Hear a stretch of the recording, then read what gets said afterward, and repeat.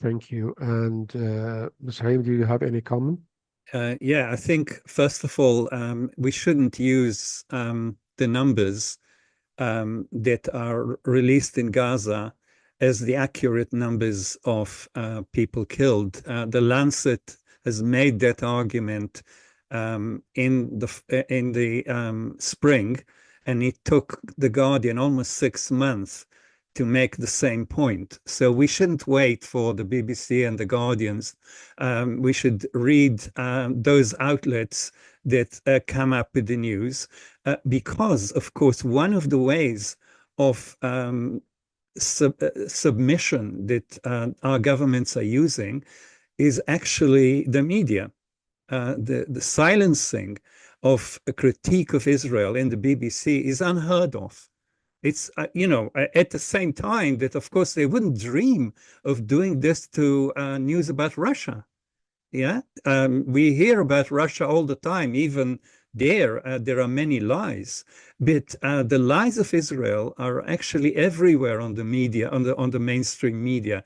So we should actually act against our media when they don't actually do the job, which we pay for in the case of the BBC. They're not doing the job of informing us. They are doing the job of Israel by actually sharing propaganda. So that's very important. And of course, the numbers of people dead are, according to the article in the Lancet, probably 10 times as high as the numbers now given. So between 400,000 and 560,000 people have died in Gaza. Just think about that. Um, you know, uh, uh, Almost 100,000 tons of bombs have been dropped on Gaza. This is twice as much as what the Nazis had dropped on Britain in the whole Second World War.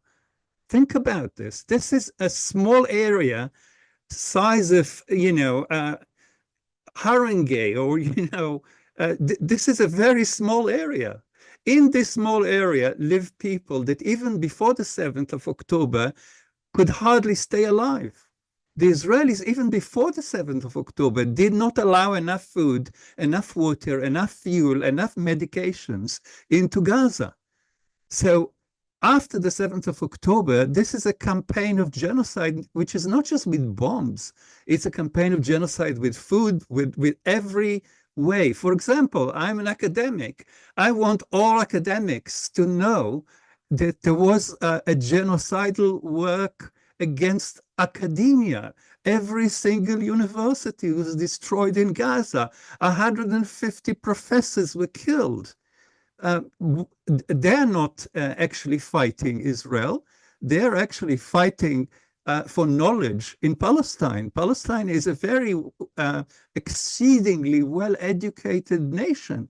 And look what happens. They are fighting the universities, they're fighting the hospitals, they're fighting the mosques, they're fighting community centers, they're fighting the water.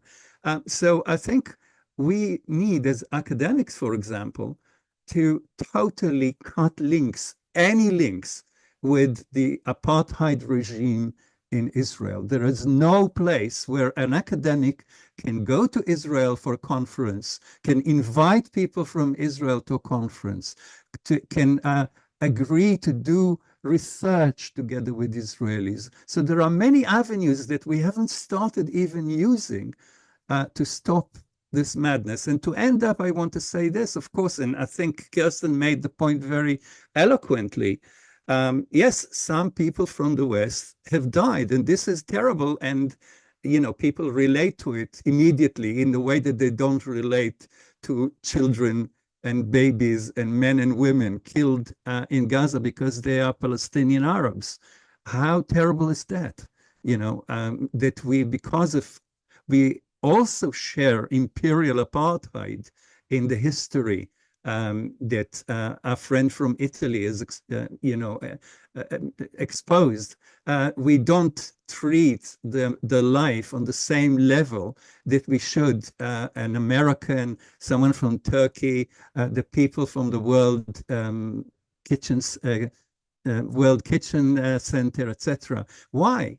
Everyone is a human being, right? So let's treat them in the same way. Let's use those death of Westerns to point out that on the same day, hundreds and thousands of other people have died and no one is speaking about them. We've got to end this, and our media is helping this to continue.